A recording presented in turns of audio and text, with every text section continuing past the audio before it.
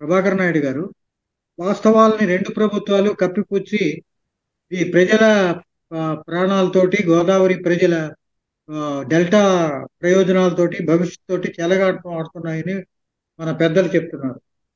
అసలు ప్రభుత్వాలు ఎందుకు పోలవరం విషయంలో ఇలాంటి దాగుడు మూతలు వైఖరిని అవలంబిస్తున్నాయి? ప్రాజెక్టు ఎప్పుడు పూర్తవుతుందో, ఒక 10 ఏళ్ళకి అవుతుందో, 20 ఏళ్ళకి అవుతుందో, 30 ఏళ్ళకి అవుతుందో తెలియని ప్రాజెక్టు కాలువలతో వరకు కరెక్ట్ ఎలా చెప్పగలము? మన వాళ్ళు కొంతమంది ఇప్పుడు సమర్థిస్తూ మాట్లాడారు. కాలువల నిర్వహణ ఉంటుందా? ఎంతకాలం ఉంటుంది? అవి కూలిపోతాయి. ఆల్రెడీ హెచ్ఎల్సి కరాలు ఇట్లాంటి కాలువలు ఇప్పటికీ దానికి ఆధునీకరణ పేరుతో మళ్ళీ మళ్ళీ తవ్వకాలు వస్తున్నారు.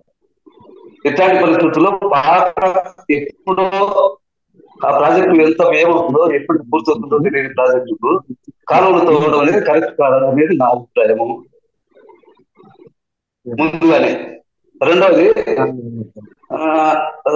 ప్రాజెక్టులు చూపిస్తే ఏదో ఏదో అయిపోతుంది అని అనుకోవడం అది ఒక భ్రమ. ప్రాజెక్టులు చూపించడం అనేది పారదర్శకత కిందికి వస్తుంది. దాన్ని తప్పు పెట్టడం రెండవ. చూపించకుండా ఉండడము, జగన్ ప్యాలెస్ కట్టుకునేది ఇప్పుడు దాన్ని చూపించకుండా ఇప్పుడు మాత్రం బయటకు వచ్చి చూపిస్తున్నారు. అట్లాంటి రహస్యం పాటించడం తప్పు, కానీ చూపించడం కూడా తప్పు. భద్రత తిరిగి వస్తుంది, ఏదో వస్తుంది అని మనం కారణాలు చెప్పుకుంటూ పోతే అసలు ప్రాజెక్టు గురించి మనకు ఏమీ తెలియదు.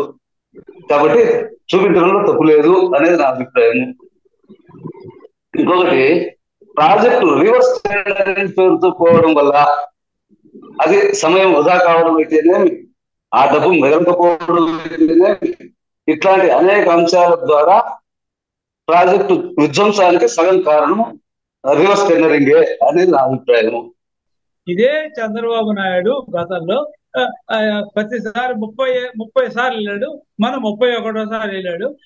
ప్రతిసారి కూడా జర్నలిస్టులు అందరూ తీసుకెళ్ళాడు. ఈ 5 ఏళ్ళు జగన్ ఆయన తిరిగినా ఏ జర్నలిస్టులు తీసుకెళ్లేదు.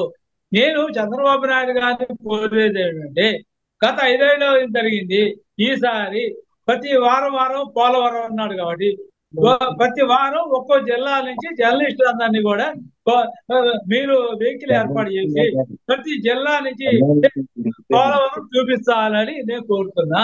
పాత్రికేయులనే కాదు జనాన్ని కూడా తోలేరు, బ్రహ్మాండంగా తోలేరు. ఎక్స్కర్షన్లు, యాత్రలు, తీర్థయాత్రలు, ప్రాజెక్ట్ యాత్రలు, భోజనాలు పెట్టారు. 500 కోట్ల రూపాయలు ఖర్చు పెట్టారు యాత్రలు, తీర్థయాత్రలు.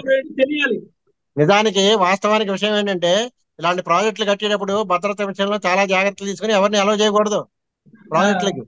ఏమండి, కానీ ఆ టెక్నోక్రాట్స్ ని మీరు అన్నట్టుగా ఏమైనా వాస్తవాలు చెప్పాలంటే జనాన్ని గంటా కూడా జర్నలిస్టులు ఎవరినో లాంటి బృందాలను తీసుకెళ్ళిన తప్పలేదు. తర్వాత జగన్ గవర్నమెంట్ జర్నలిస్ట్ కాదు కదా, ఏగను కూడా లోపలికి వెళ్ళలేదు.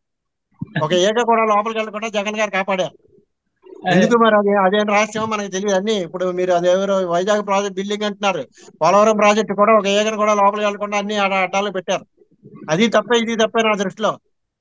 ఎక్స్కర్షన్ చూపించడము తప్పే, ఎవరిని అసలు వాస్తవాలు అక్కడ ఏం జరుగుతుందో చెప్పనీయకపోవడం తప్పే. ఈ రెండు అతులు జరిగాయి ఇక్కడ. దురదృష్టం ఏంటంటే, ఒకటి ఒక ఎక్స్ట్రీమ్, రెండోది ఒక ఎక్స్ట్రీమ్ లోనే జరుగుతున్నాయి. మనకు కూడా ఇదేదో సరదాగా ఎక్స్కర్షన్ కింద తీసుకుంటున్నాం తప్ప ఇందులో సీరియస్నెస్ లేదు. అసలు జాతీయ భద్రత అన్నది ఏమైపోతుంది అన్నది కూడా ఎవరికి తెలియట్లేదు. ఈ దేశానికి సంబంధించిన భద్రతకు సంబంధించిన ప్రాజెక్టులు.